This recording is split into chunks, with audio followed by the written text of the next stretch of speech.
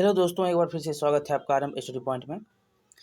आज हम जो है दूसरा इसका जो पार्ट करेंगे, जो कि भारत के पड़ोसी देश का होगा, नेपाल, बांग्लादेश और भूटान के बारे में हमने पढ़ लिया है। आज जो होगा वो होगा श्रीलंका और पाकिस्तान के बारे में। तो जो इसमें लिखा गया है वो देखेंगे। श्रीलंका, हाँ तो श्रीलंका यहाँ पे है। चलिए शुरू करते हैं। श्रीलंका के बारे में परिचय लिखा गया है कि श्रीलंका एशिया महाद्वीप में भारत के दक्षिण में स्थित हिंद महासागर का एक बड़ा द्वीप है। ये तो आप जानते हैं कि भारत है और ये जो है यहाँ पर श्रीलंका है। और सिंहल जाति की बहुलता के कारण इस द्वीप को क्या बोलते हैं? सिंहल द्वीप के नाम से भी जाना गया है, नाम दिया गया है। अंग्रेजों ने सिंहल द्वीप को सिलोन नाम से प्रचलित किया। क्या नाम किया? तो सिंहल जो था उसको सिलोन कह दिया, सिलोन नाम से प्रचलित किया। हीरे, मोती, जवाहरात एवं अन्य रत्नों के भंडार होने के कारण इसे मोतियों के द्वीप के नाम से भी विभूषित किया गया। कहा जाता है मोतियों के द्वीप के नाम से किसको जानते हैं? तो श्रीलंका को जानते हैं, सिंहल को जानते हैं, या आप सिलोन को जानते हैं। ये सारे के सारे नाम किसके हैं? श्रीलंका के हैं। ठीक है। अंग्रेजों ने इस द्वीप को 1802 ईस्वी में ब्रिटिश साम्राज्य का उपनिवेश बना लिया। कब बनाया था? तो 1802 में। भारत के स्वतंत्रता के पश्चात 4 जनवरी 1948 को श्रीलंका भी उपनिवेश मुक्त होकर एक स्वतंत्र देश बन गया। कब बना? 4 जनवरी 1948 को। 1956 ईस्वी में इस देश में लोकतांत्रिक शासन की स्थापना की गई और भारत से यह देश लगभग 52 किलोमीटर की दूरी पर अवस्थित है। इसका आकार अंडाकार या बंद मुट्ठी के समान है। 66,000 वर्ग किलोमीटर क्षेत्रफल में फैला यह देश पाक जल संधि द्वारा भारत से अलग होता है। यहाँ अनेक प्रवाल द्वीप पाए जाते हैं जिसे आदम पुल के नाम से जाना जाता है। किस नाम से? आदम पुल के नाम से जाना जाता है। यहाँ की जनसंख्या 1.91 करोड़ 2005 के अनुसार है और जनसंख्या का औसत घनत्व 250 प्रति व्यक्ति प्रति वर्ग किलोमीटर है। इनकी भाषा सिंहली है और यहाँ 70% आबादी बौद्ध धर्मावलंबी है। इसके अतिरिक्त हिंदू, मुस्लिम और ईसाई धर्मावलंबी पर्याप्त संख्या में रहते हैं और उत्तरी श्रीलंका में तमिलों की संख्या अधिक है। उत्तरी श्रीलंका में तमिल ज़्यादा है। यहाँ पर जो है आपको याद रखना है, कोलंबो अब इसकी देश की राजधानी नहीं है। और यहाँ पर कोलंबो 2005 तक तो इधर तक था कोलंबो, लेकिन इसकी राजधानी क्या हुई है? चेंज हो गई है। श्रीलंका की राजधानी पूछ देता है कि श्रीलंका की राजधानी कहाँ है, तो आप बताइएगा। जयवर्धनेपुरा कोटे है। ठीक है, यहाँ पर याद रखना है कोलंबो जो है अब इसकी राजधानी नहीं है। जयवर्धनापुरे कोटे इसका नाम याद रखना है। बहुत ही इम्पोर्टेंट है। यहाँ से बार बार जो है कंपटीशन में आपसे एग्जाम में पूछ लेता है कि श्रीलंका की राजधानी कहाँ है। कोलंबो लोग मार देते हैं लेकिन कोलंबो अब नहीं है। यहाँ पर याद रखना है कि जयवर्धनापुरा कोटे नाम से जाना जाता है। ठीक है, चलिए आगे देखेंगे। यहाँ पर जो है हिंद महासागर, श्रीलंका हिंद महासागर के शीर्ष पर स्थित एक ऐसा देश है जो हिंद महासागर के समुद्र मार्ग से गुजरने वाले सभी जहाज़ों के औपनिवेशिक काल से ईंधन देता रहा है। यह देश भू सामरिक दृष्टि से महत्वपूर्ण भी है और दृष्टि से भी महत्वपूर्ण है। संरचना एवं स्थलाकृति देखेंगे तो यह द्वीप प्राय द्वीपीय भारत की तरह गोंडवाना मतलब प्री कैम्ब्रियन चट्टानों से निर्मित है। श्रीलंका का मैदानी विस्तार तटीय क्षेत्रों में है और इनके नीचे कठोर चट्टानों के स्तर पाए जाते हैं। उत्तरी भाग में जाफना का मैदान है। उत्तर के भाग में क्या है? ये भाग जो है जाफना का मैदान है। यहाँ चूना की प्रधानता है। यह 100 मीटर से अधिक ऊंचा नहीं है। मध्यवर्ती भाग पठारी है जिसके चारों ओर तटवर्ती मैदानी देश फैले हुए हैं। यहाँ जो है सबसे ऊंची चोटी क्या नाम है? तो सबसे ऊंची चोटी पिदुरता लगा नला ये अवस्थित है जिसकी ऊंचाई कितनी है? तो 2527 मीटर है।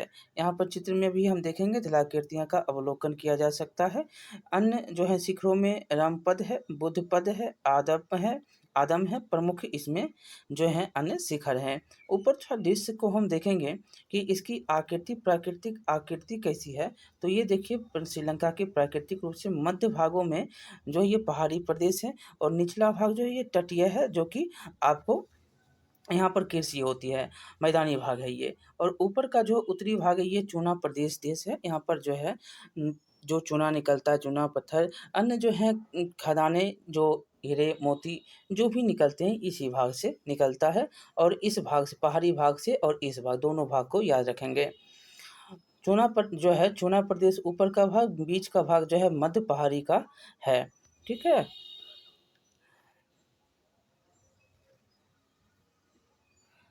अब जलवायु है। जलवायु की विशेषता देखेंगे तो श्रीलंका की जलवायु मानसूनी है। विषुवत रेखा के नज़दीक होने के कारण यहाँ साल भर गर्मी पड़ती है और वर्षा भी होती रहती है। जाड़े की मौसम जो है, जाड़े की ऋतु यहाँ नहीं होती है। जाड़े की ऋतु यहाँ नहीं होती है। यहाँ तटीय भाग में 200 सेंटीमीटर तक और पर्वतीय जो क्षेत्र है वहाँ पर 500 सेंटीमीटर से अधिक वर्षा होती है। यहाँ जो है जाड़े एवं गर्मी ऋतुओं में वार्षिक ताप कितना, तो 5 डिग्री सेंटीग्रेड से लेकर जो है सेल्सियस से लेकर आप देख लेते हैं तो 7 डिग्री सेल्सियस नहीं के बराबर होता है, ये याद रखना है।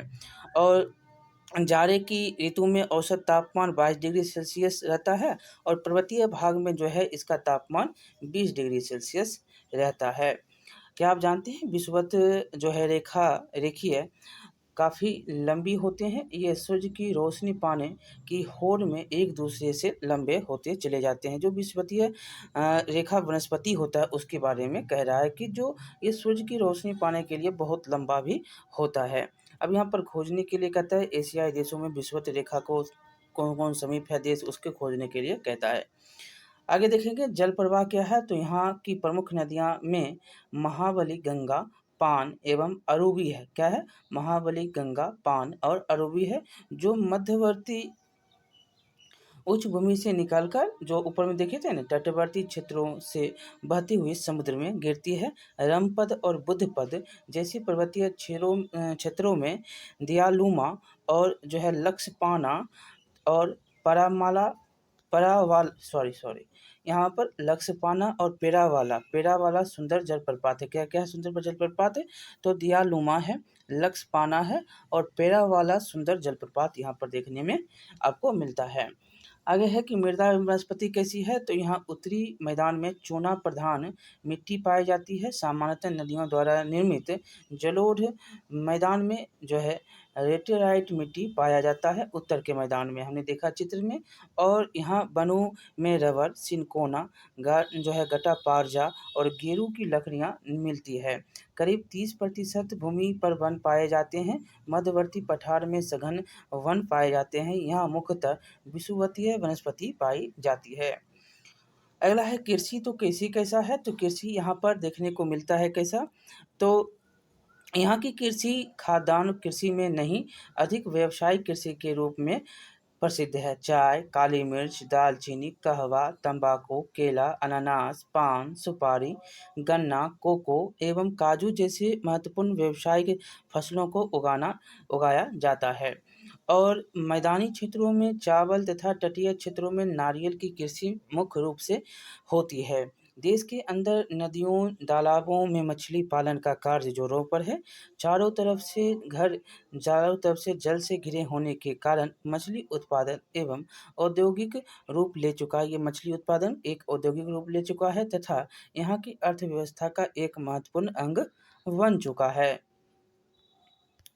अगला है खनन एवं उद्योग की अर्थव्यवस्था पर प्रभाव।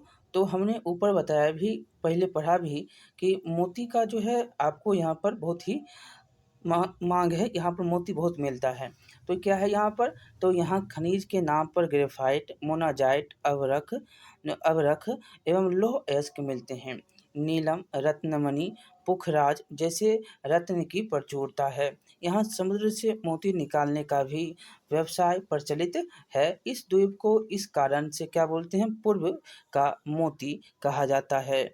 और उद्योगों का आधार कृषि एवं खनिज दोनों दोनों होते हैं। यहाँ खनिज आधारित उद्योग को स्थापित करने के लिए भी सुलभ साधन उपलब्ध नहीं है और तथापि कुछ खनिज आधारित उद्योग लगाए जाते हैं। जाफना के मैदान में चूना पत्थर की उपलब्धता को देखते हुए सीमेंट उद्योग लगाए गए। ऊपर का जो भाग है यहाँ पर जो है सीमेंट का उद्योग लगाया गया, लेकिन शक्ति संसाधन के अभाव के कारण जो है बड़े उद्योग बहुत कम लगाए गए हैं। अगला है कि कृषि आधारित उद्योग ही यहाँ की अर्थव्यवस्था का आधार है। यहाँ चाय, खाद्य संस्करण उद्योग जैसे चीनी उद्योग, रबर उद्योग, मछली उद्योग एवं मसाला उद्योग का विकास हुआ है। ये लोग मुख्यतः लघु एवं कुटीर उद्योग के रूप में विकसित हो गए हैं। यहाँ की अधिकांश आबादी कृषि कार्य से लेकर कृषि आधारित उद्योगों में संलग्न हैं। यहाँ नारियल से गेरियक तेल, रस्सियाँ, चटाई एवं कालीन बनाए जाते हैं और श्रीलंका विश्व का सबसे बड़ा चाय निर्यातक देश भी है और खनिज अभी तो बहुत बेचारा अपने मरा हुआ है। और अगला है कि मशीनी सामान, चीनी, नमक, सीमेंट आदि ऐसे महत्वपूर्ण सामग्री हैं जिन्हें वह आयात करता है। आगे है कि यहाँ के प्रमुख बंदरगाहों में त्रिकोमाली एवं कोलंबो है। त्रिकोमाली में एक नौसैनिक अड्डा भी है। उत्तर में जाफना उसके बड़े नगरों में से एक है। इसके अतिरिक्त रत्नपुर, अनुराधापुर एवं तथा गाल भी प्रमुख नगर है।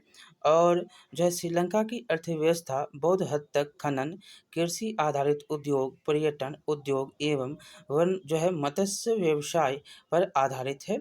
यहाँ लघु उद्योग के विकास की असीम संभावनाएं हैं। हाल ही के वर्षों में तमिलों द्वारा चलाए जा रहे हिंसक आंदोलन का प्रतिकूल प्रभाव इसके विकास पर पड़ा है। फिर भी एशियाई देशों में यह तेजी से विकसित हो रहा है। यहाँ पर देखिएगा क्वेश्चन अब जो कुछ है उसको देख लेते हैं। लिखा गया कि पहला, श्रीलंका की आकृति कैसी है? तो ऊपर में पढ़ा ही कि श्रीलंका की आकृति कैसा है, अंडाकार है। अगला क्वेश्चन है कि जो है पिदूर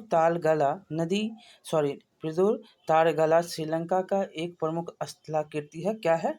तो ये शिखर है। क्या ये शिखर है?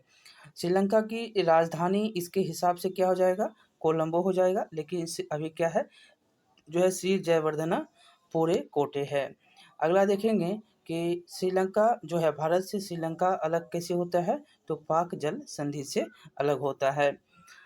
और अंतिम क्वेश्चन है आपका कि श्रीलंका में लोकतंत्र की स्थापना कब होती है?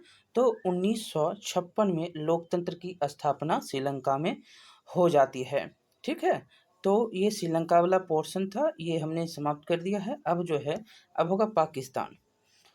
पाकिस्तान के बारे में पढ़ेंगे। इसमें परिचय क्या है? तो ऊपर के भागों को देख रहे हैं आप, ये क्या है? पाकिस्तान है।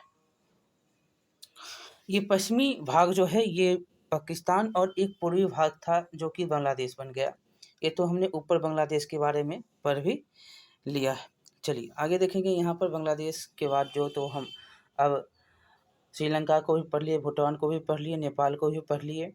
अब पाकिस्तान की बारी है। तो पाकिस्तान में लिखा गया है परिचय में कि पाकिस्तान हमारा एक स्थलीय पड़ोसी देश है। निकटतम पड़ोसी देशों में यह क्षेत्रफल एवं जनसंख्या की दृष्टि से सबसे बड़ा है। जो क्षेत्रफल और जनसंख्या की दृष्टि से निकटतम में सबसे बड़ा है और आज से कुछ दशक पूर्व यह भारत का ही अंग था। 14 अगस्त 1947 को पाक को भारत से विभाजित होकर एक पृथक राष्ट्र बन गया। इसके दो अंग थे। एक था वो पश्चिमी था और एक पूर्वी पाकिस्तान कहलाता था। और किंतु 1971 में इसका पूर्वी अंग अलग होकर एक स्वतंत्र राष्ट्र बन गया जो कि क्या कहलाया? बांग्लादेश कहलाया। अब केवल पश्चिमी पाकिस्तान ही पाकिस्तान कहलाता है।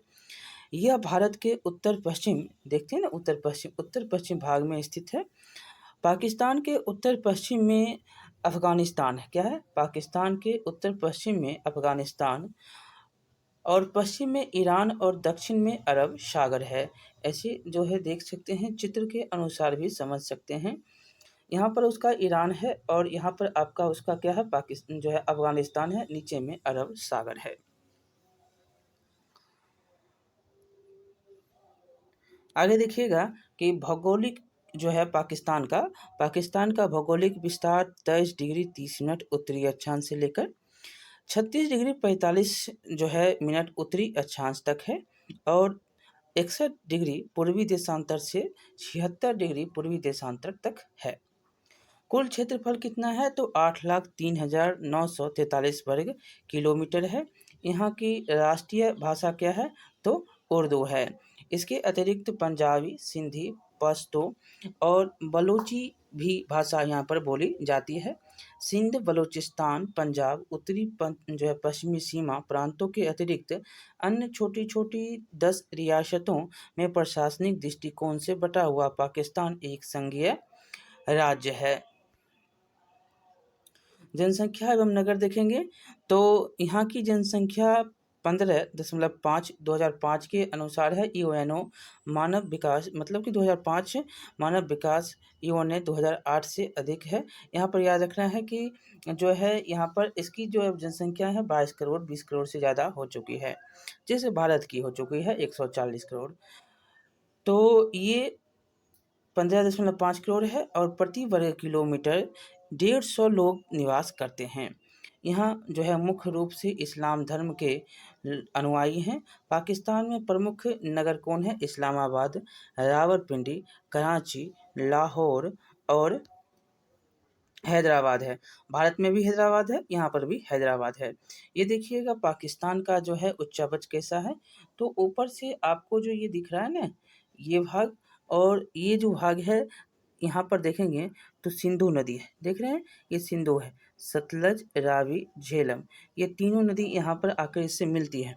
5 नदी ब्यास और जो है सतलुज भी मिलता है और सिंधु में जाके ये देखेंगे खैबर दर्रा है, और ये जो है आपका रासपारा पर्वत है, सिंहान पर्वत है, ये मकरान पर्वत है। ये सारे के सारे याद रखने हैं।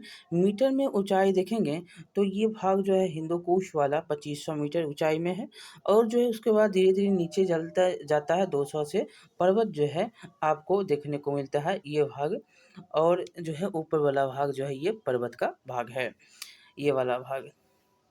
चलिए आगे देखेंगे।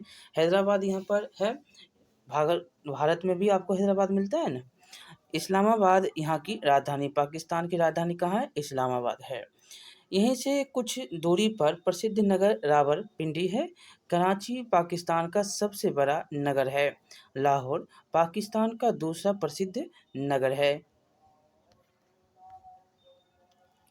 स्थलाकृति देखिएगा इसका तो कैसा है, तो पाकिस्तान की प्राकृतिक बनावट असम मतलब असम है। पाकिस्तान की जो है प्राकृतिक बनावट असम है। आप जैसे असम को देखते हैं उसी प्रकार यहाँ ऊंचे ऊंचे पर्वत भी हैं और पठारी भाग भी। सतलज उपजाऊ मैदान का फैलाव है और रेतों से भरा मरुस्थलीय मैदान भी देखे जा सकते हैं। दक्षिण में समुद्री तट मैदान का विस्तार है। इसका उत्तर पूर्व पश्चिमी भाग सबसे ऊंचा क्षेत्र है, जहाँ ऊंचाई 300 मीटर से भी अधिक है। यहीं से पर्वत श्रेणियों की एक श्रृंखला घुमावदार रूप से बिल्कुल दक्षिण तक विस्तृत है, जो वास्तव में हिमालय का ही पश्चिमी और दक्षिणी विस्तार है। ये श्रेणियाँ यहाँ उत्तर से दक्षिण क्रमशः हिंदुकुश, सुलेमान एवं किरथर के नाम से जाना जाता है, प्रसिद्ध है। उत्तर से दक्षिण क्या है? उत्तर से ऊपर से नीचे जाएंगे तो हिंदुकुश है, सुलेमान है और किरथर है। तख्त सुलेमान यहाँ की सबसे प्रसिद्ध चोटी है, जिसकी ऊंचाई 3770 मीटर है। यह पश्चिमी सीमांत क्षेत्र में पड़ता है और इन पर्वत श्रेणियों में कई दर्रे बने हुए हैं। इनमें खैबर है, बोलन, गोमर, ये जो हैं 3-4 दर्रे प्रमुख हैं। यहाँ का दक्षिणी पश्चिमी भाग पठारी है, जो बलूचिस्तान के नाम से प्रसिद्ध है। दक्षिण पश्चिम का भाग जो है ये भाग उसका पठारी है, जो बलूचिस्तान के नाम से प्रसिद्ध है। यहाँ की औसत ऊंचाई 300 से 1000 मीटर है। यह देश जो है यह एक शुष्क प्रदेश है, जिसमें कई कटी छठी घाटियाँ और खारे पानी के झील इसके जो हैं उत्तर पूर्वी भाग में पोतावार पठार है। आगे है कि दक्षिणी यहाँ पर है कि पाकिस्तान के दक्षिणी पूर्वी सीमा पर मरुस्थल यह क्षेत्र है। यहाँ कई रेत के टीले स्थित हैं। इसकी संरचना थार मरुस्थल से मिलती जुलती है। इस मरुस्थलीय भाग के दक्षिणी पश्चिमी में सिंधु नदी का मैदान है। इस मैदान का निर्माण सिंधु बेसिन मतलब द्रोणी में सिंधु और उसकी सहायक नदियों के द्वारा लाई गई अवसादों के निक्षेपण से हुआ है। यहाँ प्रत्येक वर्ष नई जलोढ़ मिट्टी का निक्षेप होता है। यह जो क्षेत्र काफ़ी उपजाऊ है और इस भाग की समुद्र तल से ऊंचाई लगभग कितना औसत ऊंचाई 150 मीटर है। और यहाँ दक्षिणी भाग में डेल्टा का मैदान समुद्रीय तटीय हैं मैदान भी फैले हैं। अब जलवायु देखेंगे तो यहाँ की जलवायु मानसूनी एवं उष्ण मरुस्थलीय है। यहाँ न जो है गर्मी में बेहद गर्मी और जाड़े में कड़ाके की सर्दी पड़ती है। जाड़े के मौसम में औसत तापमान 7 डिग्री सेल्सियस से कम हो जाता है और उत्तर के पर्वतीय भाग बर्फ जम जाता है। गर्मी ऋतु में तापमान 45 डिग्री जो है सेल्सियस पहुँच जाता है। इस समय जैकोबाबाद का तापमान 55 डिग्री सेल्सियस तक पहुंच जाता है। यह पाकिस्तान का ही नहीं वरन एशिया का सबसे बड़ा गर्म स्थान है। कौन है? जैकोबाबाद। पूर्वी मरुस्थलीय भाग में धूल भरी आंधियाँ चलती है और चारों ओर रेत के टीले भी दिखाई पड़ते हैं। यहाँ वर्षा का अभाव है। वार्षिक जो है वर्षा का औसत 35 सेंटीमीटर होता है, सेंटीमीटर में है। और जाड़े में चक्रवातों द्वारा वर्षा होती है और गर्मियों में बंगाल की खाड़ी से आने वाले मानसूनी पवने से वर्षा होती है। यहाँ वर्षा का वितरण एक समान नहीं है। उत्तर के पर्वतीय क्षेत्र में 75 से 80 सेंटीमीटर और पूर्वी मैदान में 35 से 50 सेंटीमीटर, जबकि पश्चिमी मैदान में जाएंगे पश्चिमी क्षेत्र में तो 10 से 25 सेंटीमीटर बारिश होती है। यहाँ की मुख्य नदी कौन है? सिंधु है और उसकी सहायक नदियों में झेलम, चिनाब, रावी, सतलज एवं ब्यास है। इन्हें पंचनद कहा जाता है। इसे क्या कहते हैं? 5 नदी है तो इसीलिए पंचनद कहा जाता है। और सिंधु को नंद के नाम से पुकारा जाता है। नंद क्या हो जाएंगे? सिंधु जी हो जाएंगे। पंच क्या हो जाएंगे? पंच में झेलम, चिनाब, रावी, सतलज और ब्यास आ जाएंगे। तो इसलिए पंचनद कहा जाता है। सिंधु को नंद के नाम से पुकारा जाता है।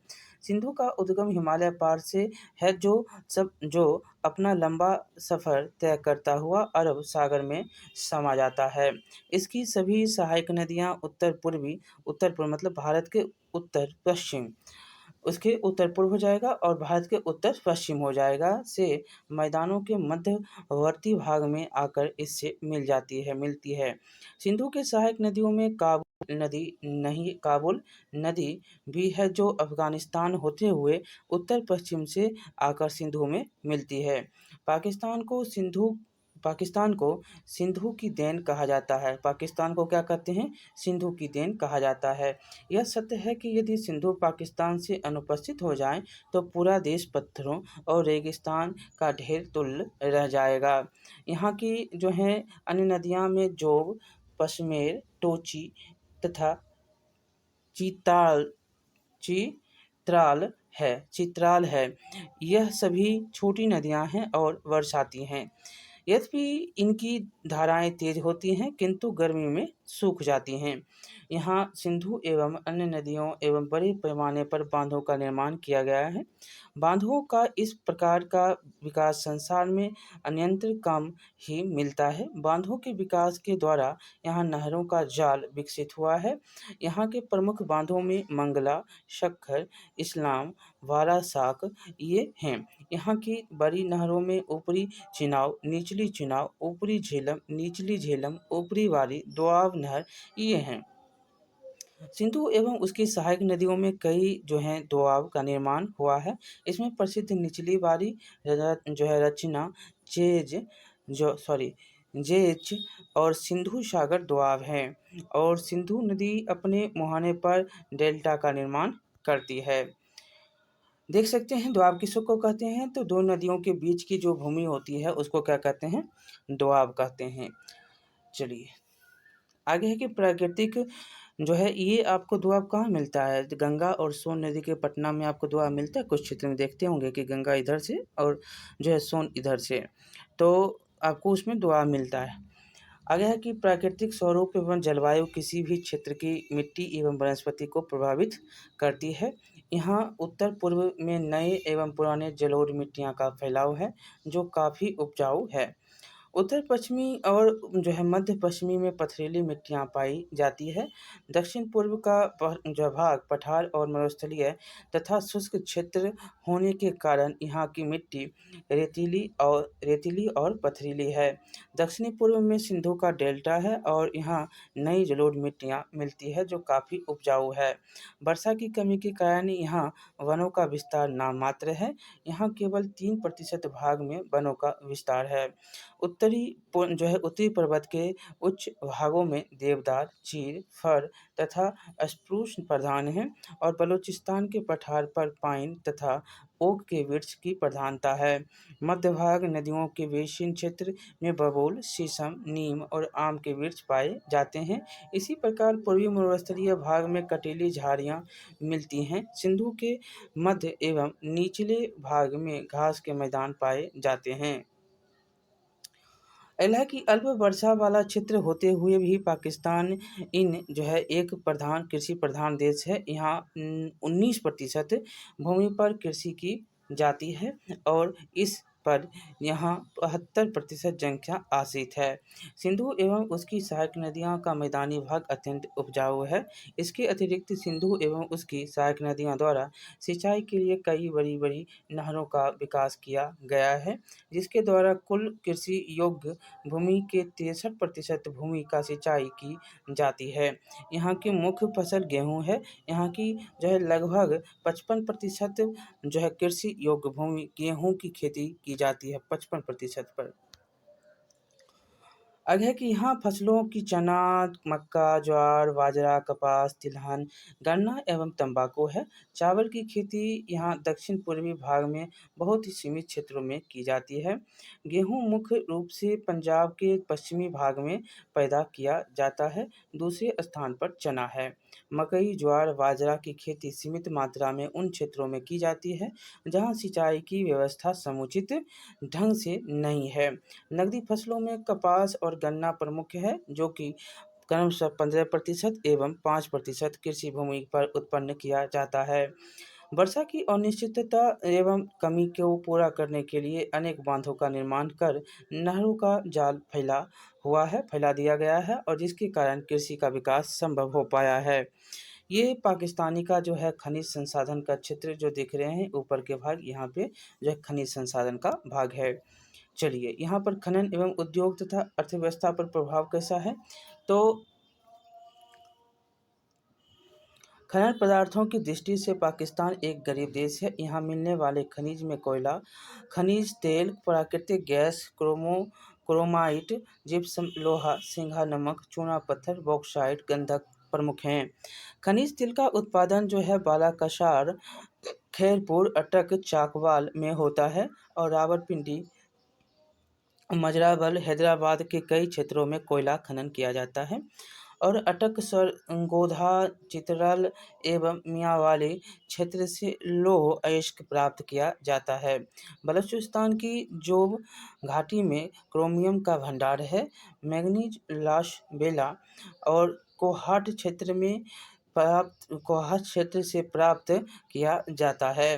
प्राकृतिक गैस का मुख्य क्षेत्र जो है सुई, खैरपुर और लायरपुर है।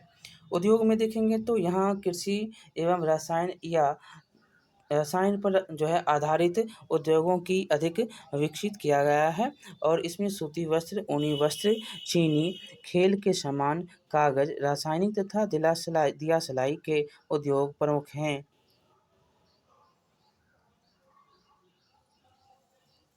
खनिज पर आधारित उद्योगों में सीमेंट, तेल शोधक एवं प्राकृतिक गैस आधारित उद्योग प्रमुख हैं।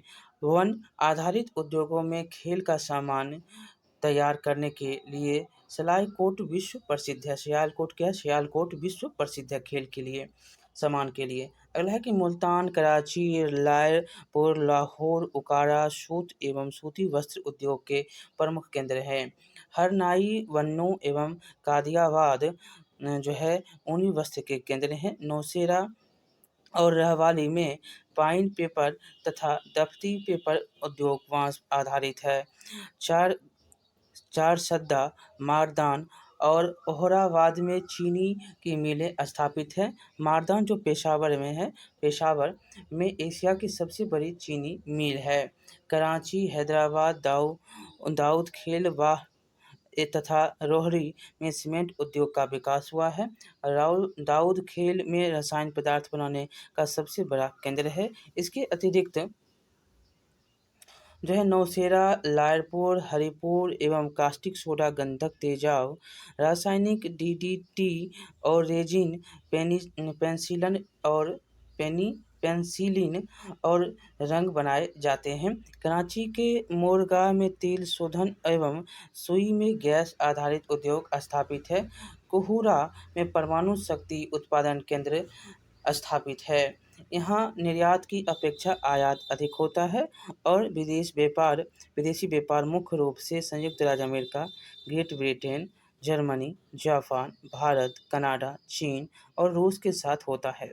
यहाँ मशीन, रेल इंजन, रेल के डिब्बे, जलयान, वायुयान, ट्रैक्टर, लौह अयस्क, कोयला, चाय, कागज, चावल इत्यादि आयात करता है एवं कपास, खाल, चमड़ा, फल, तंबाकू और कागज, चमड़े के जूते निर्यात करता है। यहाँ के अधिकांशतः ग्रेट ब्रिटेन, संयुक्त राज्य अमेरिका और चीन के को सामान निर्यात किया जाता है, निर्यात होता है।